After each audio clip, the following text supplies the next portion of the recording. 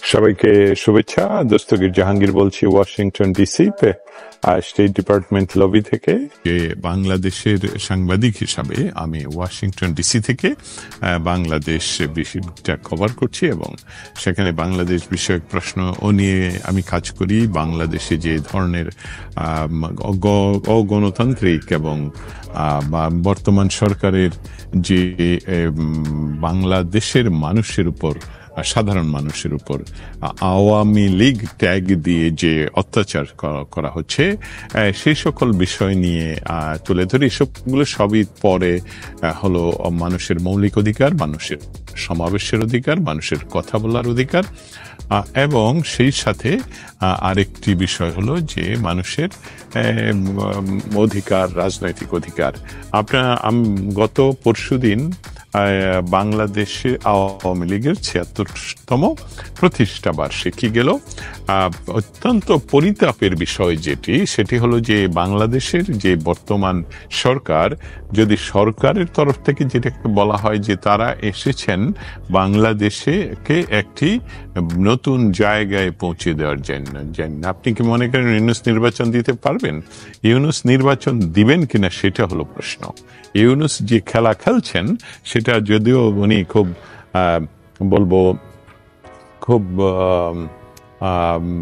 এমন একটা খেলার সাথে উনি যুক্ত, তিনি আসলে খুব থিন আইসের উপর দিয়ে স্কেটিং করছেন।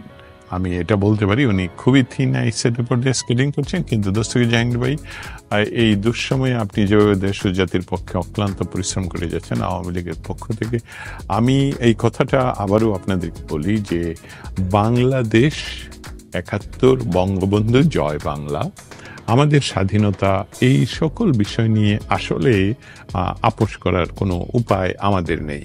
আমি যেই কাজটুকু আমি করি সেই কাজটুকু হলো যে বাংলাদেশ যদি ভালো হাতে থাকতো, বাংলাদেশে যে যারা এখন শাসন করছে তারা যদি সাধারণ মানুষের পক্ষে থাকতেন, তারা যদি বলতেন যে যারা দুর্নীতির সাথে যুক্ত এবং প্রমাণিতভাবে যদি ইন্ডিপেন্ডেন্ট কোর্ট দিয়ে প্রমাণ করা যেত যে এই ব্যক্তিটা, এই মন্ত্রীটা, এই রাজনৈতিক লিডারটা দুর্নীতির সাথে যুক্ত এবং তাদেরকে বাংলাদেশের প্রচলিত আইনে বিচার করা হয়েছে এবং তারা সুবিচার পেয়েছেন, তাহলে আমার মনে হয় আমার মতন যারা বাংলাদেশের পক্ষে, বঙ্গবন্ধুর পক্ষে, ৭১-এর পক্ষে, তাদের জন্যে তাদের সাপোর্ট বর্তমান সরকার, তাদের এই নির্দিষ্ট যেই সময়, তাদের আসলে কোনো, যেহেতু এটা অসাংবিধানিক সরকার, তারা নিজেরও প্রতিদিনই তারা তালবাহানা করছেন এটাকে সময় বাড়ানোর জন্য। তারাও জানে যে তাদের যখনই ক্ষমতাচ্যুত হবে তখনই তাদের সব বিচারের কাঠগড়ায় আনতে হবে। অতএব আমি যে কাজটুকু করছি সেই কাজটুকু করছি। ৭১-এর শিশু ছিলাম, তখন আমি যুদ্ধে অংশগ্রহণ করতে পারিনি, আমাদের গৌরবের যুদ্ধে। এখন আর আমি শিশু নই, যেই মুহূর্তে বাংলাদেশ আসলে একটি দুর্বৃত্তের হাতে পড়েছে। আপনার ইতিমধ্যে আজকে সকালবেলার একটা ঘটনা আপনাদের সাথে শেয়ার করি। সেটা হলো বাংলাদেশ থেকে একজন, নাম বলছি না, একজন আমাকে ফোন করে বললেন যে ভাই, যে কোনো উপায়ে একটু নিরাপত্তা কিভাবে পাওয়া যায়, কারণ গত ১ মাস ধরে প্রত্যেক এই হিজবুত তাহরির গ্রুপ সহ বিভিন্ন উগ্রবাদী গ্রুপেরা তার বাসায় এসে তাকে প্রথম খুব বিনয়ের সাথে, পরে হুমকির সাথে, এখন হুমকি দেওয়া হচ্ছে যে সে যাতে ওই সকল ইসলামী দলগুলোর সাপোর্টার হয়ে যায় এবং তাদের সাথে যোগদান করে। এখন তারা সে নিরাপত্তার অভাবে, নিরাপত্তাহীনতায় সে প্রতিদিন শঙ্কার মধ্যে রয়েছে। অতএব এই যে ডক্টর ইউনূস মেটিকুলাসলি ডিজাইন করে বাংলাদেশকে দখল করে নিলেন এবং বাংলাদেশকে দখল করে উনি নিজের জন্য, নিজের সমস্ত ব্যবসার জন্য সমস্ত কিছু, সুদ মওকুফ, ওনার বিচার মওকুফ, ওনার কর মওকুফ, ওনার বিভিন্ন প্রতিষ্ঠানের নতুন নতুন লাইসেন্স, এসবগুলো করাচ্ছেন। কিন্তু বাংলাদেশের সাধারণ মানুষের জমি দখল, বাড়ি দখল, সর্বশেষ লালমনিরহাটে সর্বশেষ লালমনিরহাটে যে ঘটনাটা ঘটলো আপনারা সকলেই জানেন, যারা জানেন না তারা লিখে জানাবেন যে জানি না আমরা। বাংলাদেশে লালমনিরহাটের নাপিত পিতা এবং পুত্রকে নাজেহাল করে তারপরে পুলিশের হাতে তুলে দেয় এবং পুলিশ তাকে গ্রেফতার করে নিয়ে যাওয়া, এই যে অ্যাট্রোসিটি, এই যে অন্যায়, এই যে অবিচার, এইটা এই বাংলাদেশ তো আমাদের বাংলাদেশ নয়। এই বাংলাদেশকে তো আমরা আসলে কখনো কোনোভাবেই চাইনি। এবং ডক্টর ইউনূস নির্বিকারভাবে এই বিষয়গুলো সম্বন্ধে কোনো ধরনের কথা বলছেন না। অতএব এই যে বিষয়টা যে দুইজন পিতা এবং পুত্র তারা নাপিত, সেখানে যারা চুল কাটলো তারা টাকা কম দেয়া নেয়া নিয়ে তারা এই হিন্দুদের উপর এই অত্যাচারটুকু করলেন, এবং সেটা সরকারও পৃষ্ঠপোষকতা করলে সরকার তাদেরকে গ্রেফতার করার তো কোনো অধিকার নেই। এবং সেখানে এই যে মব কিলিং, মব অ্যাসোসিয়েশন, এসবগুলোর যে একটা স্বর্গরাজ্য বাংলাদেশ হয়েছে, সেটা ইতিমধ্যে আন্তর্জাতিক পরিমণ্ডলে খুব ফলাওভাবে আমরা সক্ষম হয়েছি এই বিষয়গুলো অন দ্য রেকর্ড যুক্তরাষ্ট্রের পররাষ্ট্র দফতরে বলার জন্য, এবং তারা এই বিষয়ে আমার কাছ থেকে প্রশ্ন নিয়েছেন এবং এটার উপর কাজ করছেন। তারা তাদের নিজস্ব মাধ্যমে সেসব কলগুলো যোগাযোগ করে আমাদেরকে উত্তর দিবেন, এবং সেটার জন্য আমরা অপেক্ষায় আছি। এবং বাংলাদেশে একটি নির্বাচনের দিকে যাচ্ছে, যেটা আপনি একজন প্রশ্ন করলেন। সেই নির্বাচনের আসলে শব্দটা বাংলাদেশে খুবই প্রচলিত শব্দ, যে মূলা ঝোলানো। আমার মনে হচ্ছে ডক্টর ইউনূস যে অনির্বাচিত সরকার, এবং এই অনির্বাচিত সরকারের মূল চাহিদা হলো সে যদি দীর্ঘ সময় ক্ষমতায় না থাকতে পারে, কারণ এই সরকার তত্ত্বাবধায়ক সরকার নয়, এই সরকারের কোনো রাজনৈতিক ম্যান্ডেট নেই, এই সরকারের কোনো সাংবিধানিক ম্যান্ডেট নেই, এই সরকারের জনগণের সাথে তার সম্পৃক্ততা বলতে একদমই শূন্য। তা এই সরকারের অধীনে যে একটি রাজনৈতিক দল শিশু কিশোরদেরকে নিয়ে যে দল তৈরি করা হয়েছে, আপনারা যদি তাদের কর্মকাণ্ড লক্ষ্য করেন তাহলে, এবং তাদের মাঝে সেন্ট্রাল কমিটির বিভিন্ন পোস্টে আমরা দেখেছি, আমরা আপনাদের কাছে আমার জিজ্ঞাসা, বাংলাদেশ সহ পৃথিবীর কোনো দেশের কোনো সুষ্ঠু রাজনৈতিক পরিপ্রেক্ষিতে বা রাজনৈতিক পরিবেশে বা রাজনৈতিক দলের আগেই পালাবে এই ধরনের রাজনৈতিক, যাদের কোনো শিক্ষাগত যোগ্যতা নেই, তারা এখনো বলা হচ্ছে তারা পড়াশোনা করছে কিন্তু তারা আসলে স্কুল কলেজে যাচ্ছে না, তারপর তাদের রাজনৈতিক কোনো জ্ঞান নেই, আন্তর্জাতিক রাজনীতি সম্বন্ধে জ্ঞান নেই, দেশ পরিচালনার যে প্রচেষ্টা তারা নিয়েছে, তারা আসলে হুট করে এসে ক্ষমতা দখল করে মানুষকে মেটিকুলাসলি ডিজাইন করে উত্তেজিত করে সাধারণ মানুষকে ইমোশনাল ব্ল্যাকমেলিং করে, আমি শুধু সাধারণ মানুষের কথা বলবো না, এমনকি শিল্পী, কলাকুশলী, বাংলাদেশের কবি, সাহিত্যিক, ফিল্ম মেকার, বহু মানুষদের সবার অনেকের কাছেই তারা যে কাজটুকু করেছে সেই কাজটুকু কি করেছে, তারা ব্ল্যাকমেইল করে ক্ষমতা দখল করেছে ডক্টর ইউনূসের নেতৃত্বে। এবং ডক্টর ইউনূস এখন তালবাহানা করে যাচ্ছেন যে নির্বাচন কবে দিবেন, উনি সেটা মুখে বলছেন না। এটা তো সাধারণ মানুষের জানা উচিত, বা সাধারণ মানুষ এত বোকা নয় যেটা উনি লন্ডনে বসে আবারও অপমান করেছেন যে বাংলাদেশের সাধারণ মানুষকে নাকি টাকা দিলেই ভোট কেনা যায়। অতএব উনি কিন্তু গরিব মানুষের ব্যাংকার হিসাবে, আবারও বলি, উনি কিন্তু গরিব মানুষের ব্যাংকার হিসাবে পেয়েছিলেন যেটাকে বলা হয় নোবেল প্রাইজ। বাংলাদেশের পরিস্থিতি সম্পর্কে আপনি গুছিয়ে বুঝিয়ে দেন আমাদেরকে। আমরা আপনার কথাটুকু চলে গেল কোথায় জানি। বাংলাদেশের পরিস্থিতি গুছিয়ে বলার চেয়ে বাংলাদেশের অবস্থাটা অনেকটা হযবরল পরিস্থিতি। হযবরল পরিস্থিতি এই যে ডক্টর ইউনূস মনে করছেন যে জুলাইয়ে যে ছাত্রদেরকে ইউজ করে উনি ক্ষমতায় এসেছেন এবং যার পেছনে একটা আন্তর্জাতিক বিরাট ফান্ডিংও হয়েছিল, সেই অবস্থাটা উনি ধরে রাখার চেষ্টা করছেন যে অনির্দিষ্টকাল পর্যন্ত, আমাদের ধারণা উনি আজীবন এইভাবেই ক্ষমতায় থেকে থাকতে চান, কারণ ওনার নির্বাচনের প্রতি কিন্তু কোনো ধরনের সদিচ্ছা নেই। কারণ উনি যদি বলে, যেই সাধারণ মানুষকে যেটা বুঝিয়েছিলেন যে গত সরকারের সময় অনেক নির্বাচন, ভারত কি বাংলাদেশের জন্য কিছু করবে, আবারও আমি ভারতের এই কথাটা নিয়ে আমি আপনাদেরকে উত্তর দিতে চাই যে পুঁথিগত বিদ্যার পরহস্তে ধন, নহে বিদ্যা নহে ধন হলে প্রয়োজন। আমাদের জ্ঞান নিজেদের অর্জন করতে হয় এবং এটা পুঁথিতে থাকলে হবে না।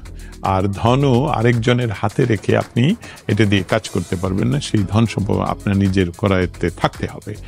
ভারত আমাদের পরীক্ষিত বন্ধু বাংলাদেশের, এবং বাংলাদেশের স্বাধীনতা সংগ্রামের সময় ভারত নিঃশর্তে এবং এমন আসলে বলা যায় নিঃশর্তে বাংলাদেশের স্বাধিকার আন্দোলনের সময় তারা আমাদেরকে সাপোর্ট করেছে। কিন্তু বর্তমান সময়ের কথা চিন্তা করে দেখুন যে, এবং পৃথিবীর ইতিহাসে একমাত্র দেশ, এখনো পর্যন্ত একমাত্র দেশ, অন্য দেশের কথা আমি এখনো মনে করতে পারছি না, যদি আপনারা কেউ রেফারেন্স দেন তাহলে ভবিষ্যতে শুধরাই নেব, যে দেশের কোনো সৈন্য অন্য দেশে কোনো যুদ্ধ পরিস্থিতি মোকাবেলা করার জন্য ঢোকার পর তারা ফিরে এসেছে। উদাহরণস্বরূপ বলতে পারি, ডক্টর জঙ্গি ইউনুস বাহিনী শহরে একই সময় মামলাবাদীর রাস্তা ঠোকে। অফকোর্স আপনারা তো সবই জানেন।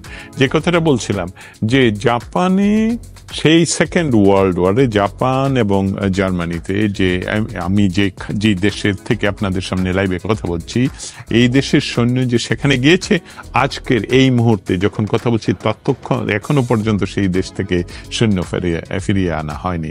অতএব কোনো দেশের সৈন্য কোনো দেশে ঢুকলে সেখান থেকে যে ফিরে আসে, এটার প্রথম নজির বাংলাদেশে এবং বঙ্গবন্ধু সৃষ্টি করেছেন এবং ভারত সৃষ্টি করেছেন। ভারত আরো কাজ করেছে, সেই কাজগুলোর কি সেটা কিন্তু আমরা কখনোই আপনারা জানেন না এবং প্রচার করা হয়নি। সেটা কি করেছে, ভারত কিন্তু বাংলাদেশকে তাদের দেশের উপর দিয়ে করিডোর দিয়েছিল বাংলাদেশের বিভিন্ন পণ্য অন্যান্য দেশে রফতানি করার, যেটা এই তত্ত্বাবধায়ক সরকার ধরে রাখতে পারেনি।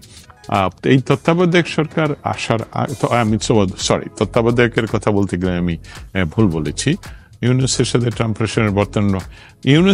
ট্রাম্প প্রশাসনের বর্তমান সম্পর্কে যদি বলতে যাই, তাহলে আমাদের আরেকটু অপেক্ষা করতে হবে। কারণ আপনারা জানেন যে বর্তমান বা আমেরিকার যে এমন একটি পপুলার ভোটে নির্বাচিত প্রেসিডেন্ট, উনি জনগণকে যে কথা দিয়েছেন সেই কথার উপর উনি কথা রাখছেন। অতএব আপনারা জানেন ভারত পাকিস্তানের যুদ্ধ বন্ধে আমাদের প্রেসিডেন্ট আমেরিকার প্রেসিডেন্ট ডোনাল্ড ট্রাম্প কিন্তু গুরুত্বপূর্ণ ভূমিকা রেখেছেন, এবং সেই জন্য পাকিস্তানের পক্ষ থেকে ওনাকে নোবেল প্রাইজের নমিনেশন দেওয়া হয়েছে। স্টেটমেন্ট একটু বাংলা আমি পড়তে পারিনি আপনার লাস্ট কোশ্চেনটা, আবার যদি পাঠান তাহলে আমার জন্য ভালো হয়। তাহলে ভারত আমাদের পক্ষের অর্থটা কি, আমাদের কাজটা বাংলাদেশে এখন বাংলাদেশকে দখল করেছে বাংলাদেশে জন্মগত যারা বাংলাদেশ বিরোধী। দুঃখের বিষয় হলো যে আমেরিকা যাদের বিরুদ্ধে যুদ্ধ করে আমেরিকা স্বাধীন হয়েছে তারা হলো ব্রিটেন, এবং এখানে যারা ব্রিটিশ বংশোদ্ভূত তারা কিন্তু ব্রিটেনকে সেই খাতির দেয় না, সেই দেয় না যে আমরা ব্রিটেনের আমাদের বংশ ব্রিটেন থেকে, আমরা ব্রিটেনের পক্ষে থাকবো। নাও স্যার, আমরা কি আশা করি ভারত আওয়ামী লীগের জন্য কিছু করবে? জয় বাংলা জয়। এই প্রশ্নটা তো রাজনৈতিক প্রশ্ন। আমি সাংবাদিক হিসাবে ভারত আওয়ামী লীগের জন্য কিছু করবে কিনা সেটা আসলে আওয়ামী লীগের নেতৃবৃন্দের উত্তর দেয়া উচিত। আমি যেটা বলছিলাম যে ভারত বাংলাদেশের একজন প্রকৃষ্ট বন্ধু হিসাবে বাংলাদেশের মানুষের দুরবস্থার জন্য ভারত অবশ্যই আমাদের পাশে দাঁড়াবে, কিন্তু তার জন্য তো আমাদের মানুষের যে দুরবস্থা সেই বিষয়টা ভারতকে আমাদের নেতৃবৃন্দের তো বোঝানো উচিত, কথা বলা উচিত, ডিপ্লোমেসি করা উচিত, এবং সেটা এখানেও এই স্টেট ডিপার্টমেন্টে ডিপ্লোমেটদের থাকা উচিত, যেই ডিপ্লোমেটরা বাংলাদেশকে এই ডক্টর ইউনূসের হাত থেকে রক্ষা করবে। সেটার এই উত্তর ছিল আপনাদের এই কয়েকটি প্রশ্নের। আমি ফিরে যাই যে বিষয়গুলো আজকে আলোচনা হলো, আজকের মৌলিক বিষয়। আসসালামু আলাইকুম ভাইজান, আল্লাহ আপনার মঙ্গল করুন। আশরাফ আলম, আপনাকে অসংখ্য ধন্যবাদ। অবশ্যই আপনিও ভালো থাকবেন, নিরাপদে থাকবেন। কোনো ধরনের এমন কোনো কাজে আমরা হঠকারীভাবে সংযুক্ত হয়ে পড়ব না যাতে করে কোনো নিরাপত্তার বিঘ্ন ঘটে।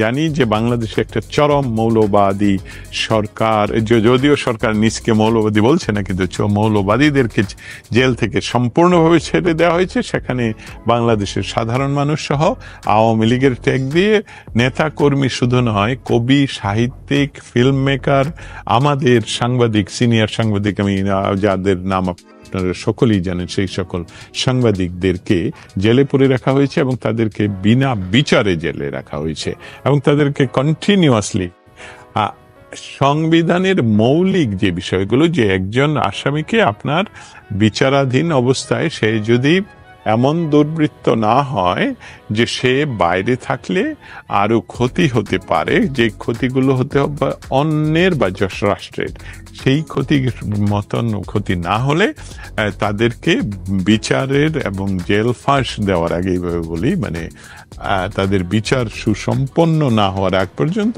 তারা মুক্ত থাকবে বিভিন্ন কন্ডিশনে। সেইটা কিন্তু বাংলাদেশের এই সরকার পালন করছে না। অতএব গোড়াতেই সাবেক